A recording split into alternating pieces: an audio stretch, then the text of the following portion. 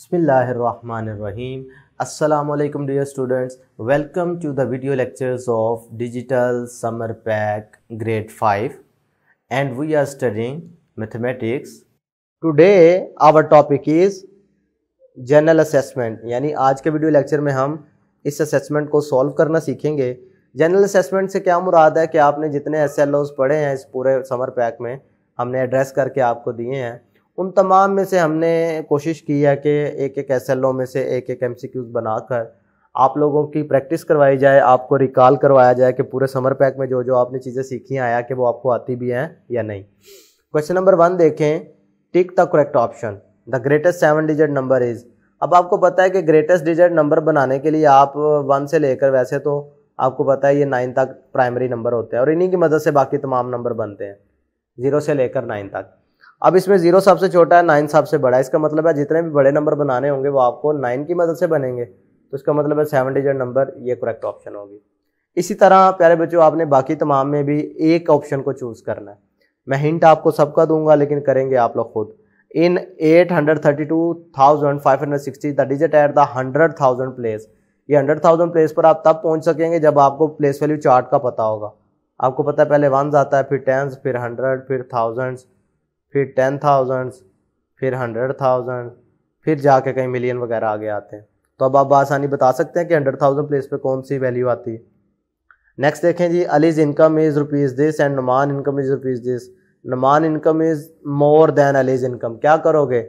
इसका मतलब है आप बड़े वाली वैल्यू में से छोटे वाली वैल्यू को सब्ट्रैक्ट करोगे तो आपके पास इसका आंसर आ जाएगा। पार्ट 4 देखते हैं। If apples and mangoes are sold in a year, how many fruits were sold all together?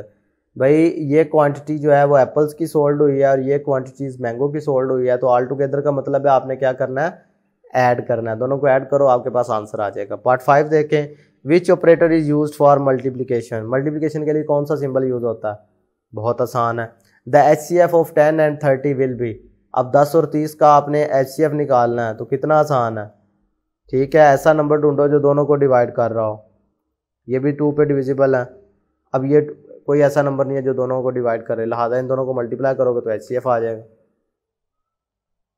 Part 7 देखते हैं। The HCF stand for. HCF का क्या मतलब होता है? हाईएस्ट कॉमन फैक्टर, तो लिहाजा C is the correct option. The LCM of 2 और more number that do not possess any common divisor is equal to there. भाई अगर कोई से 2 नंबर हैं और आप उनका LCM फाइंड करना चाह रहे हैं और उनमें कॉमन डिवाइजर कोई नहीं है, तो उनका प्रोडक्ट उनका LCM होता है। कैसे? मैं कहता हूँ जी आपको 2 और 3 का LCM निकालो, तो इन दोनों का कोई भी कॉमन डिवाइजर नहीं है, लिहाजा इनका प्रोडक्ट ही इनका LCM होगा। बात क्लियर हो गई है? लिहाजा B is the correct option. The LCM stand for least common multiple. LCM of 14 and 24, तो इधर 14 और 24 का आपने LCM निकालना है, तो आपके पास 2 मेथड है, दोनों में से जो मर्जी है आप कर सकते हैं। इनको सॉल्व करो, आपके पास इसका आंसर आ जाएगा। तो प्यारे बच्चों ये थी जनरल असेसमेंट के कुछ क्वेश्चंस मैंने आपको सॉल्व करवाए, कुछ का मैंने आपको हिंट दिया और इधर आपने देखा है कि हमने जो टॉपिक्स स्टडी किए थे उनसे रिलेटेड हमने ये MCQs बनाए हैं, यानी हमने वो पूरे के पूरे टॉपिक्स को रिकॉल किया है आज के लेक्चर में। ठीक है, आज की वीडियो लेक्चर समझ लें हमारा इस समर पैक मैथमेटिक्स 5 का आखिरी लेक्चर है। मैं उम्मीद करता हूँ कि आपने ये तमाम वीडियो लेक्चर्स इंजॉय किए होंगे और आपको ये समझ भी आए होंगे इंशाअल्लाह अज़्ज़ा वजल। बहुत सारी दुआओं के साथ आपसे इजाज़त चाहता हूँ। अपना ख्याल रखिएगा। अल्लाह हाफ़िज़।